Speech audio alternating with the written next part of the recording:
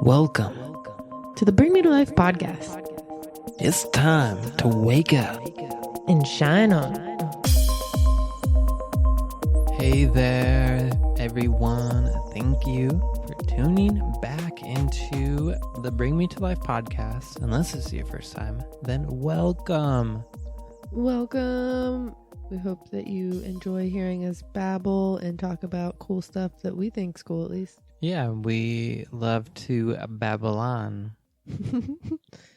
We just like to share different perspectives and to talk about spirituality, talk about what got us into the different fields and services that we're in. I like talking about spirituality and how different people end up believing in the different things they do. I think that's pretty cool. Mm-hmm. Yeah, and growing up, the things you get exposed to have a huge impact on your life. And we both went to church, and we both went to youth group and had a religious background as kids. So we were exposed to that. And there's I've met on my travels a lot of different people who have been raised in different ways with different beliefs, and it's really interesting to see how we all, in some cases, have so different upbringings but come to the same realizations. I just think it's interesting how many people can read the same texts or go to the same lectures or sermons or whatever and get such different perspectives too. Mm-hmm. Like, I don't know, I feel like that's silly. There's been so many people that have went to different churches and heard similar sermons, and again, like, they just leave and they'll point out certain parts of the service, and I'm like, wow, that's what you got from that? Like, and I always had so many questions. I always was like trying to ask our preachers and stuff about the dinosaurs and stuff like that. Like, yeah, and I was so concerned, like, why is this stuff not being talked about? Yeah, and they aren't able to answer because there's a missing link, and so they get upset and they get mad because they don't know how to answer it. But that's one of the reasons why I wanted to help create this community with you, so people can ask questions like that, and we're not going to get mad because it disproves anything that we believe in. We're going to kind of explore it and see. So it's hard to grow up in such a degrading kind of environment in some cases, where like I talked about, I went to Kalamazoo, and this dude who looked like a really nice gentleman gave me this comic that was filled with hate, so much hate about going to hell for being gay. And so, I mean, there's a lot of things that I didn't resonate with, and I really fully believe that the Bible was manipulated by a certain king who was trying to take control over religion in his country at that time. Tell me a little bit more about your upbringing and spirituality. Like, what was your experience like as a kid? Let's start. Like, do you always remember going to church as a kid? When do you tell me more? So basically, my legal name, Christopher, I was named after a preacher at one of the churches that my parents went to. They've gone to church since I've been born. They're both still going to church. Your mom loves taking everybody to church. My mom loves to take everyone to church, but it's weird because my mom has been more open spiritually and religiously than most all of my other siblings or family members. So I grew up going to church. I was forced to go to church every Sunday with my dad, even if I didn't want to. What kind of church? So one of them was a First Baptist. One of them was a Nazarene church, Nazareth. Most of them were basically non-denominational. So at least my family was like a little bit open in the Christian community. But there were just a lot of things I didn't resonate with. Did you go to church as like a teenager? So I know from since I was a baby. Well, yeah, because you're the only one of your family. You have a bunch of siblings, but you're the only one that wasn't born in Michigan. You were born the closest to me. Yeah. You were born like an hour or two from where I was born, which I think is so interesting. And it was because your dad was going to school to be a preacher, right? He was going to school to be a preacher. So your family's been like deep in religious spirituality. For a while. But I mean, most of your brothers have like religious names. Yeah, Joseph, Daniel, Michael, Samuel. My middle name is Samuel. So I was named after a preacher, and my middle name was, Samuel, based off of the Bible king. And yeah, so there's Michael Paul. Fucking his name is Michael Paul. Yeah, you got lots of religious energy kind of woven in. So when you were a teenager, were you interested in it? Did you enjoy it? I was interested in it. I mean, I didn't like waking up early. I didn't like being forced to go to some place I didn't. I think that was my least favorite part too, was the having to wake up early part. When my friends got to go, then it was a lot of fun because during the music we would just like dance because we didn't care what kind of music it was. We just wanted to dance, and it was like they had some good music, and some of the songs that I did appreciate.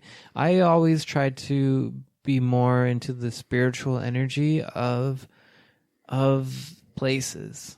Because I feel like a lot of people want to connect with God and spirituality. And so that desire, I like being around that. And I don't have a problem being in churches. I feel quite comfortable in them. I've gone to so many of them. I've gone to so many different temples and stuff too. Because I think there is truth in a lot of it. And I've been going for a long time. I enjoyed a lot of it, actually. Enjoyed a lot of it. So I always thought it was interesting when I was growing up. I don't remember my mom ever taking me to like Sunday church. However, my entire childhood, I remember every summer getting so excited about Bible school. I was always so excited about Bible school. It was like a week-long event, and it was at this one church that now I pass every single day.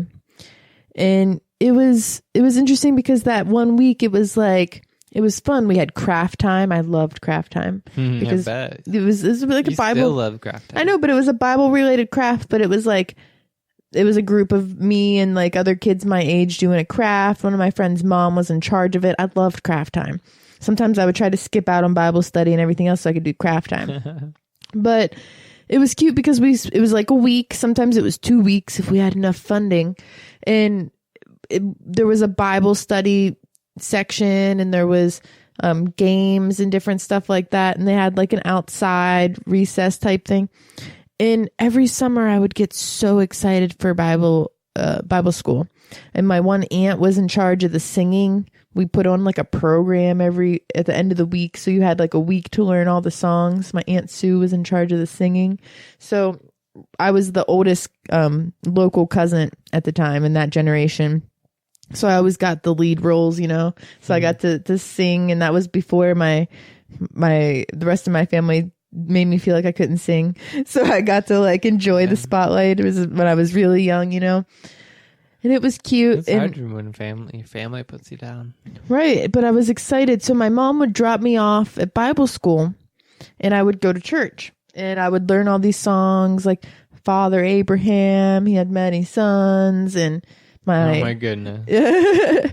Yeah, we would dance and we would dance around. And isn't it kind of weird to like look back and think about what you were singing yeah, about? why was I singing about this guy having so many sons? What was he doing to have so many sons? And we would dance around. I remember there was like little. There has to have been orgies in. Oh my! I mean, Bible. Yeah, but it was funny because we had like a choreographed dance to it, you know, and there was a theme.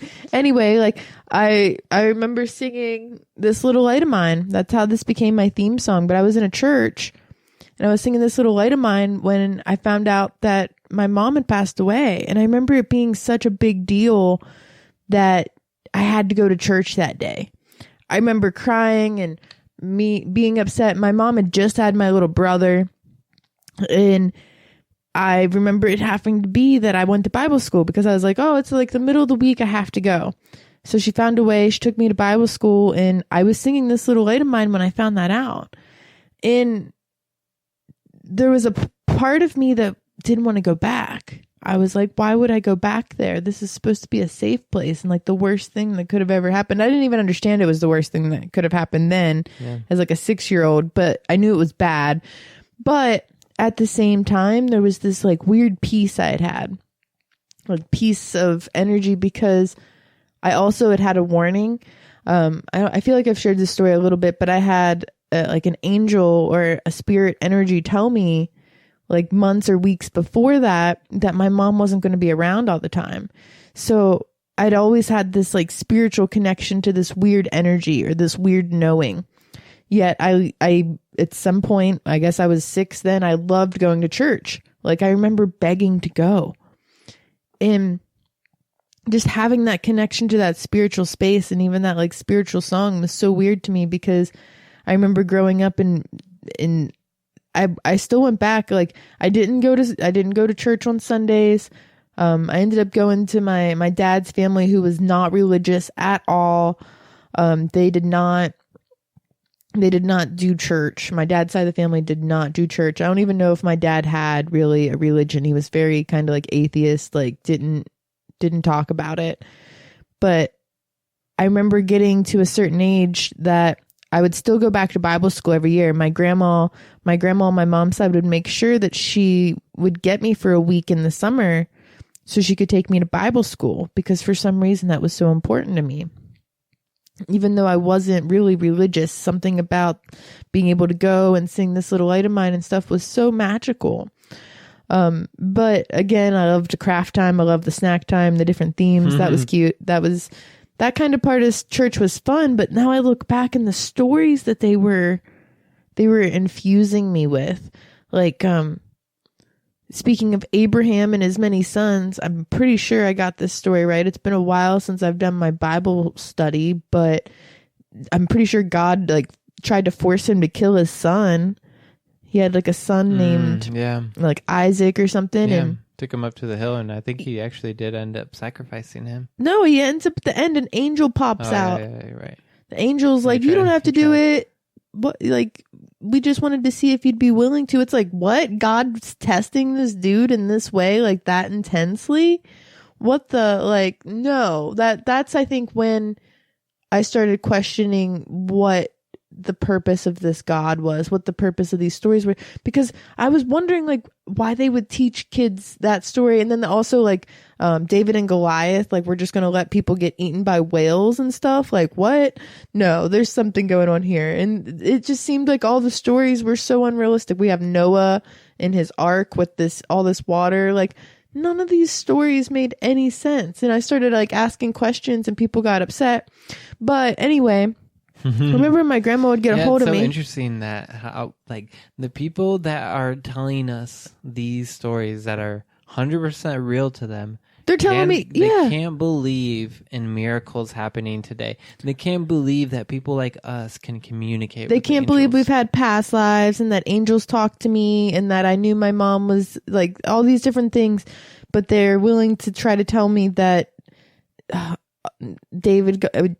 Goliath and whales and Noah's Ark and all of these crazy things. But I didn't really question it a whole lot at that point. I still really liked going to Bible school. And then my dad dies. And I remember asking God, like, why? And just like having all these questions. But for some reason, I remember I moved in with like my grandparents. And somehow I ended up going to church on Sundays. It was like the universe insisted I needed to go and hear these stories. And I think it was because I was supposed to test the community, because I was the only one that ever asked questions and the only one that like would kind of rebel against the sermons and push people's buttons, because my grandma would take me to church. And I remember I would drag my little brother along with me at one point because I was like, I'm not going by myself. I'm gonna take Morgan with me. And I would go, but she would just drop me off for like an hour and come back and get me. I'm like, why is she dropping me off at church right now? And she's just leaving. And I was like, she's not a witch, because she's like really like not into that kind of energy or anything. She's not a different religion. Like, why is this woman just like dropping me and my brother off at church? Religious at all? Well, you see, I always question that. I always wondered, like, maybe my grandma's just not religious, but she never talked about religion, or not really. She always took me to Bible school. She never talked about Jesus until she died. Until the last month or so, right around when you started coming around, she started talking about angels. She started talking about Jesus. She was praying to baby Jesus. She begged Jesus to take her sickness away. She begged and begged and begged the universe and prayed and had my aunt going to church. I think my aunt, my uncle, and my cousin, they might still go to church kind of on and off, but they didn't until my grandma got really sick. And I think it's interesting that they decided they were going to go when my grandma got really sick, and they continued even after my grandmother died, because she kept saying, Jesus isn't helping me. I remember my grandma crying in the hospital saying, why won't Jesus help me? How sad is it to have such a faith in something that way, to think that just by begging in that situation, like, she didn't have faith in herself. If she would have maybe had the faith in herself to be able to heal it, but instead she begged to the universe in such an odd way, because that's how she was programmed. Yeah, and that's a huge thing, because I fully believe, and I've connected with Jesus and the energy and channeled him so many magical moments. And what I get from that energy is that rather than putting all of our focus on this one person saving all of us and being our only connection to God, that we have the ability to connect to God directly. We have the ability to connect with the angels. We have all these powers that Jesus had because he was our brother. He came here to show us what was possible, to remind us that we're all one and that we all have this special connection with the source of all. Yeah, I like to say Jesus is my homeboy because he taught me so much. Like, I think, like, even seeing my grandmother go through that, every time I lost somebody in my life, I tried to start praying again. And before that, I remember having a prayer. I remember in my teenage years, I had this prayer that was like, dear God, please don't let anything happen to me, my family, my friends, or anybody they care about. Can you please just like watch over them? Don't let anything bad happen. And no one had taught me about law of attraction. Nobody had taught me about how to word my prayers in a positive way. Right. They just said to pray and to ask for what I thought I wanted. And I thought that's what I wanted. I didn't think to ask for abundance. I didn't think to ask for good health. I was so scared of the negative happening that I kept saying, please don't let anything bad happen. And so many bad things just kept happening. It just kept happening and happening. You think about that, and they do program people to focus on what they don't want. And when you focus on what you don't want, it's going to bring it into your life, because this God, this universe it gives you what you focus on, because what you have in your mind, you put energy into, and where that energy flows, things materialize. So you got to be careful. You just got to focus on what you want. Right. I'm not even saying that religion is bad. I'm just saying to be willing to ask questions and to be willing to look at the perspective of the way the sermons are being given, and to think about how you're wording your prayers and your manifestations. And rather than just giving your orders and requests to God or the universe, give yourself time to meditate and to hear the responses and to hear the spirits and the angels and what they have to say and the synchronicity. There's so much magic out there that I think is left out. I'm really excited because I got a bunch of books recently, and I'm sure you guys are going to hear about them in upcoming episodes, because I love sharing things I just learned. Like, I know everything about everything, because it's so exciting to learn new things. But one of the books, your brother's the same way. He's funny. We get really excited about anything we learn, and we have to tell everybody. Yeah. But one of the books that I just got is about Mary Magdalene and her books that were removed from the most commonly known texts, and how her lessons and just guidance were a part of like the Gnostic texts. And I know I've mentioned this before, and I don't mean to sound like a broken record, but it makes me so sad that so many of the female perspectives have been taken out of the Bible and religion, because I just want to know, like, what lessons we were missing. How would humanity be if we had more female books? Yeah, well, I think we're going to find out, because all these books are coming out, and I've done surveys for churches, and these last 10 years, churches have been going out of business, because I don't think they've been connecting to the pure knowledge of the stories that the original Bible had. Right. I think that there's so much more magic to it. There's so much more mystery and synchronicity. And eventually, I think that magic and science and spirituality and religion are all going to kind of flow together, and they're all going to just make sense to people.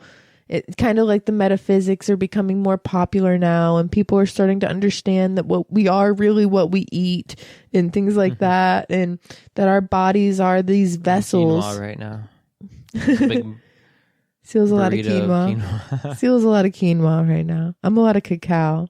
I'll take it. I like being cacao and chocolate. I love cacao. And it's just, it's so interesting to me to see how perspectives have changed, but how some religions and some messages haven't, but the way that we've seen them has. And I hope that people are willing to put their own pieces together and find their own path, whatever their own path is. I like that. That's a biggie. I do like that there are a lot of lessons that I've learned from church. Obviously, I've learned that it's so important to have your light and to let it shine. That's one thing that I'm grateful that I did get from Bible school. It's going to stick with me forever at this point. Yeah, I like the community aspect of it. I liked the spiritual discussions. Yeah, and I mean, it is what it is. I feel like they're all changing. Like, the perspective of everyone is changing, and that includes people who go to church, people who preach out of church, people who teach and share knowledge. It's all shifting and changing. I do like how it holds space for community. And not all churches are judgmental. There's a lot that have a lot of open discussion. Your mom has taken us to a lot of different churches that have really just changed my perspective. There, when I first got introduced to or inducted into your family, your mom was taking us to church all the time, and I felt like there were some messages that Spirit found a way to channel into me, like when my grandma was passing and things that helped me connect some dots so that I understood on a deeper level. I think it's interesting how religion really kind of indoctrinates people and trains them to be leaders and teachers of whatever their belief system is. I was talking about that earlier too. Like the meditation I led, I used a book to just kind of guide me or inspire me. I asked spirit to show me something to share with the world. And it reminded me, it gave me a throwback to when I was a teenager. And my grandma would drop me off at church. And not only would she do it on Sundays, but now she would do it on Tuesdays. I think maybe she wanted a babysitter. Maybe she just wanted a break from me. That's probably like a huge thing because yeah, she probably wanted a break from me. Yeah, she raised a lot of kids, and yeah, she wasn't expecting to have two more youngins. Has been around her for a long time, and she probably doesn't get many breaks. So she would drop me and my brother off on Sundays, and then she would drop us off on Tuesdays for youth group. And our youth group, it had different sections to it, and each person was supposed to bring different parts. So like one kid would bring snack, one kid would bring like a game. That would be me. Yeah. Sometimes I would try to make my own game. You would have loved me back then. I was trying to make my own board, my own cards. My own Star Wars. Yeah, my own questions. That was awesome. So we had games or like an activity. Then there would be Bible study and there would be devotion. And I always loved choosing devotion because it didn't necessarily have to be based off of a Bible verse. Like whoever got Bible study, I felt like they got ripped off because they had to like pull a random like statement or like phrase or book or something out of a hat from the Bible and make a lesson plan kind of based off that. So I didn't really like that. I don't like being told what I have to teach about. But I like devotion because devotion, you got to devote some time to reflecting on something. So I guess in a way, I was kind of leading meditations before I was even really into meditation, because that's what devotion was about, was they would give us time to reflect on a topic. So I remember I used to collect all these different religious books, these very like Christian-y books, and it was like teen devotion, and I used to ask spirit even back then to guide me, and I would open to a page, and whatever the lesson plan was, if it resonated with the energy I felt, I would channel that message to the group.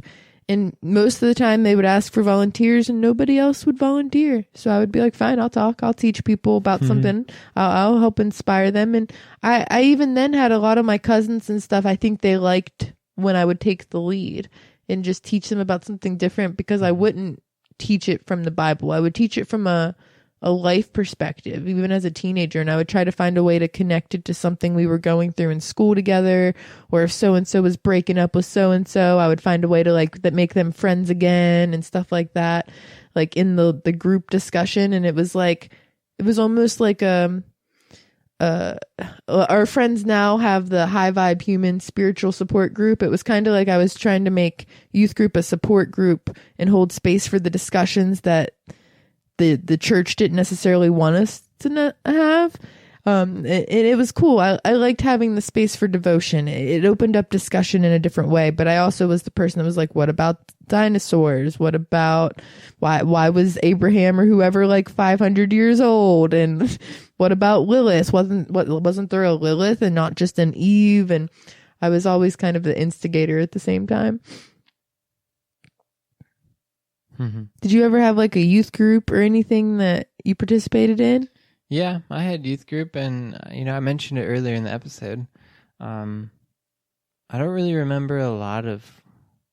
The one thing I do remember is one of the men said there was a rapper, a Christian rapper, and I think his name was like KJ52, and he came out with a music video and a song called Dear Slim, I believe.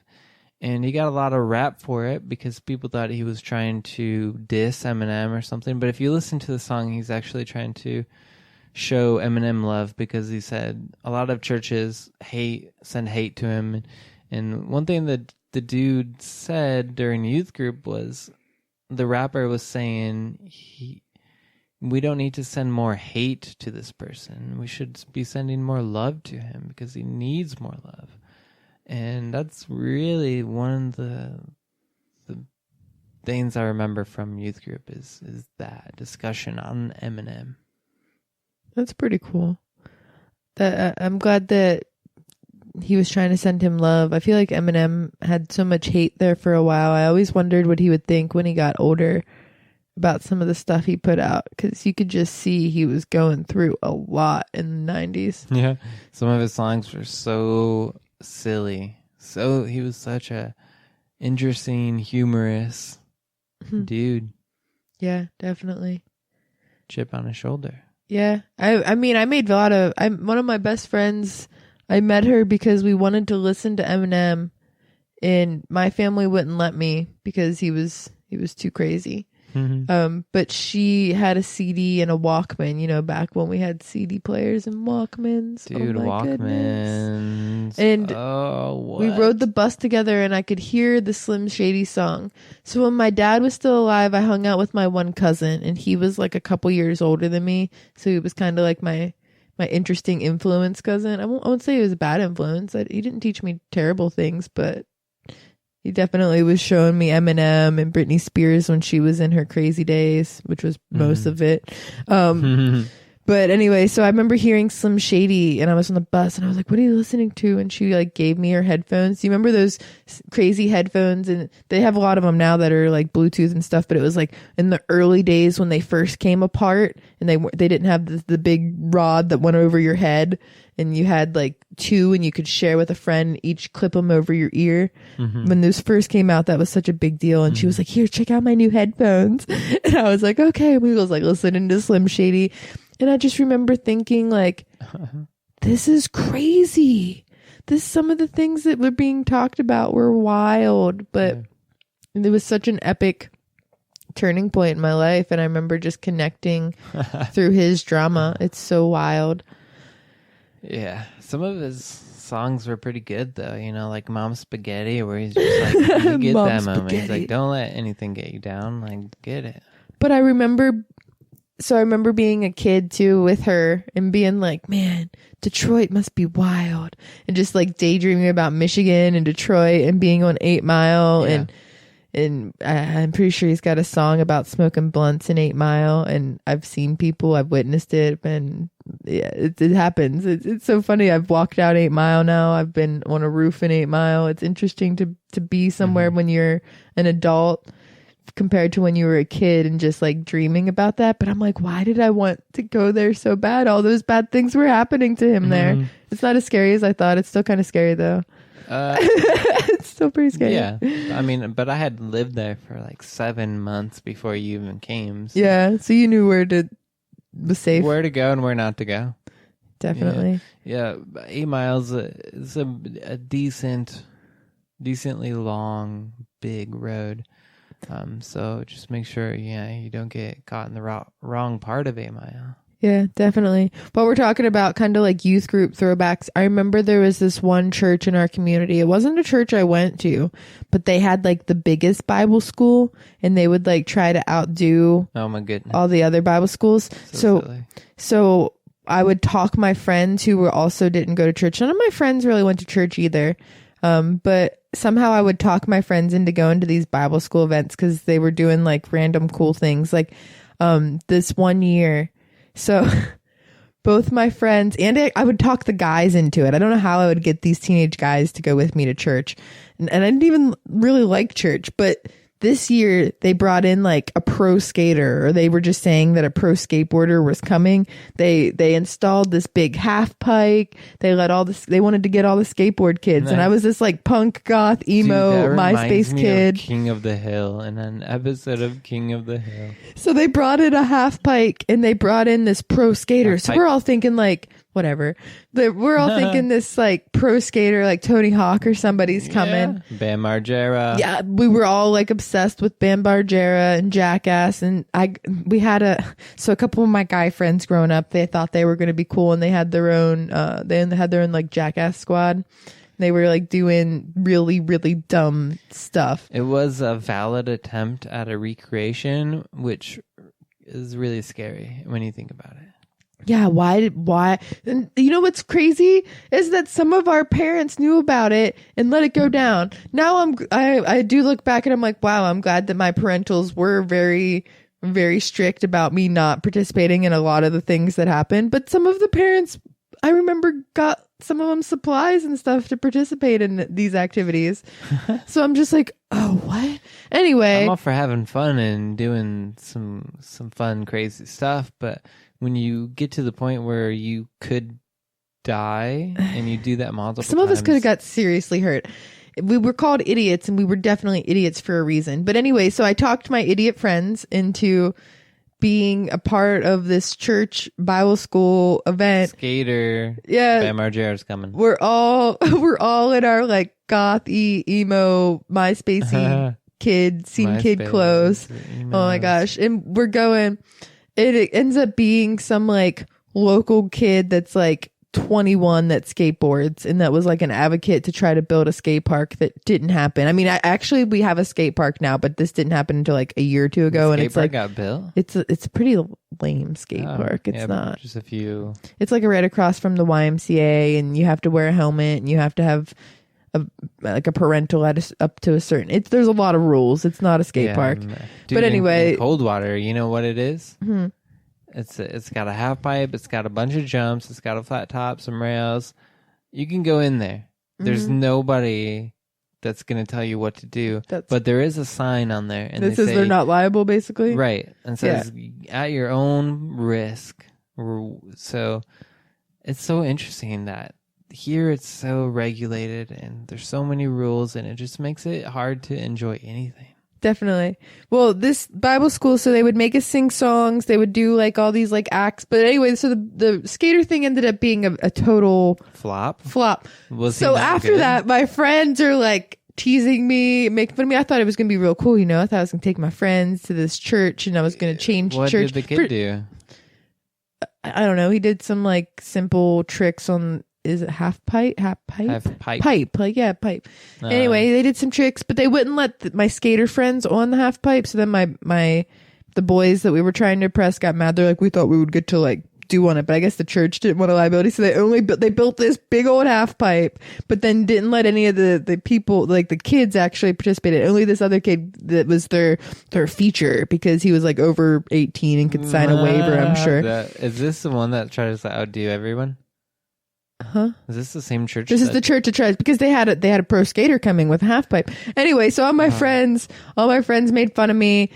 A lot of the guys, I think some of the guys bailed during the Bible study. I tried to talk my friends into staying, and the guys disappeared. I'm pretty sure that some of my friends probably went out and smoked weed somewhere during this Bible study. Mm-hmm. But anyway, we get to this game, and here come the guys back.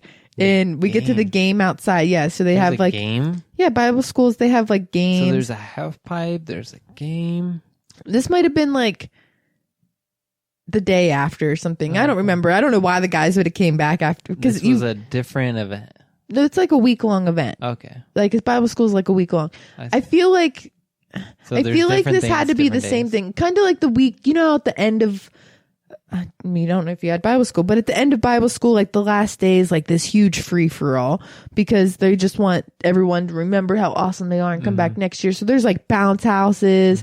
There's this like specific highlight show of this supposed to be pro skater. And there's this game activity. Like everyone gets to play the game, and we're outside in this like big parking lot, and it's like dodgeball, but with water balloons. And all of my friends somehow end up on the opposite team as me. Like I had no choice. They were like, we need one more person for this team. And somebody like grabbed me or something and put me on the opposite team as all of my friends and anybody I know. And they're all like kind of pissed off at me because the pro skater is not a pro skater. They're like, why is Shannon did this? None of us had cars at this point. Were you thinking of don't let me go to the other side? Probably. Because this is before a wall of attraction and before, so I end up on the other side, and somehow one of the guys is really charismatic, and you know, I was this like chubby little kid that was thinking, don't let him make fun of me, and he gets the whole side to team up on me, and I just got pummeled with water balloons. First, I hated being like the highlight of attention back then, especially if it was negative. I was already like the chubby kid, but I got pummeled. I was like just remember being soaked and feeling like I was a soaking wet rat. I was probably wearing way more soaking wet rat. Probably way too much eyeliner because it was when MySpace was big. So my face was probably like covered in all this cheap makeup. And I just remember wanting to cry and being like, I'm never going back to church again. I'm surprised you would like stay there and let them throw wet balloons at you. I didn't have a car. I had nowhere to go. What was I supposed to do? Just run somewhere. I had no. If someone's trying to take you away from your friends, be like, no. I remember trying to be like, I don't want to do this, and they were like, no, you got to, and I was like, I'm leaving, and they're like, you can't go anywhere. Like, snack's not for like another few minutes, and they were having like a pizza party. We were waiting on like the pizza to come or something stupid, and there was no out. It was like I was going to get made fun of for being a baby and not a team player. I think this is one of the reasons I'm not competitive. You're so competitive. You love sports and like activities so much. Yeah. This is one of the reasons of many that I hate sports. Maybe because I hate competition. Maybe because I'm good at them. I hate being put on teams because I had no control over what team I was being placed on. I had no control. Nobody on my team wanted to play either. It was like they were going in age ranges. So these were like all teenagers playing against each other. I just felt like such a target. And I was just like, why is this happening at church? Why are they putting people against each other? Why can't we be like doing a team building activity? Not like, where's the love at? Why is this so aggressive? I always thought it was weird when they made kids play like Red Rover and like Simon Says, and like games where people would get pushed off the island, basically. Like, that's not fun to me. Like, that's making people feel singled out. Yeah. It's bullshit. It is interesting because my dad would always play Simon Says with the kids, and me and my brothers would win every time. He would sit us down after a few rounds because we would win so much, but still, it is interesting that you say that. So it's been a great talk. I'm excited because some of the next episodes that we're going to do for our patrons. Patreon. I'm really excited about Patreon. We're going to do some spicy episodes for our special patrons. They're going to be coming up in the near future. We're going to discuss some things that, again, Patreon is where we're going to release some episodes that we want our active listeners to be able to check out. They're not necessarily things we want to just throw out there on YouTube or Facebook or just into the general etherwebs. We want you guys to really care about what we're saying. We're going to talk about our personal lives. We're going to talk about topics that some people might not necessarily think are appropriate for the public. Like, we're going to discuss sex. We're going to discuss money. We're going to discuss polyamory and all kinds of craziness. It's just some of our past lives and interconnections and things that we hope that you were excited to hear about too.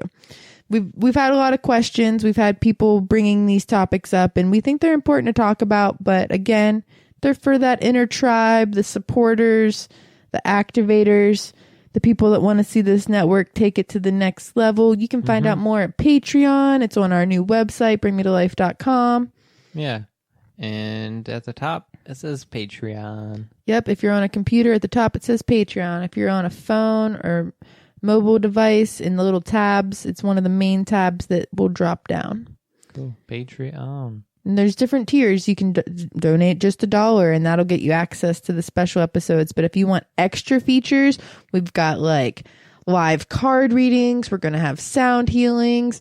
You can get like basically a Bring Me to Life bag, which is some sort of handmade or special sacred tool. We got meditation music. CDs. Meditation music. If you're a yoga teacher or any sort of spiritual leader and you want to have access to music that is relaxing and healing, we have a package that gives you exclusive offers to music that you can use the access to share during like yoga experiences and things like that. Well, for the teacher one, we do have promotional options that, we can help people get their voices out there. Yeah, and things we want to be able to share people's messages as well. Yeah, and then there's one option which is the very top, which is access to every program that we do, every new program that we come up with, and so I'm excited about that. So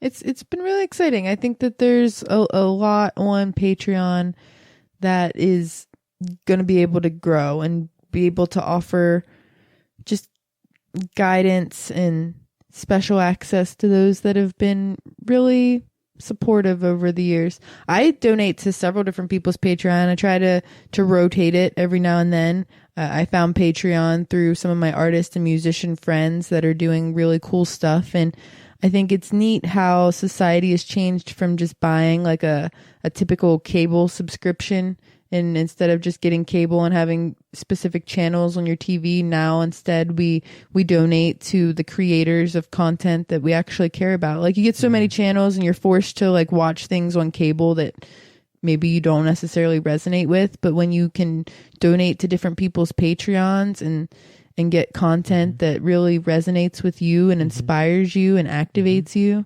Yep, that's what it's all about. People are getting the power back to make decisions with their money. It's a lot easier now to make a decision with what you want to support. And, we'll grow as we continue to gather more support. We have a big vision, and, we got a lot of room to grow. So, this season, these 22 fresh new episodes and more coming. It's awesome.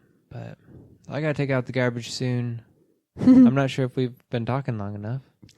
I think this is a decent episode. If you want more, you can always go back to, again, our previous episodes, our interviews with others. Check on Awakening with the Girls, Shine On with Shannon, Through the Eyes of the Angels, Cinema Scribe. There's a lot of them.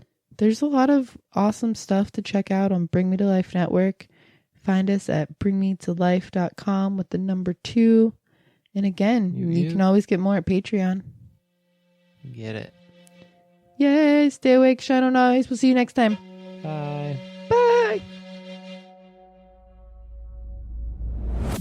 For many of us, spirituality is just the quest to find essence or true meaning and to really just connect with a higher consciousness. Connecting with your spirituality is very important in this life. By becoming mindful of all of that, you can realize where you are and if that is leading you to where you want to go. Listen to the little simple things, because it's those little simple things that are going to shift you vibrationally in such a way that will prepare you to become very intuitively minded and ready to step forward on the next part of your path. I hope you can feel the love that's inside you, that's inside me, that connects us.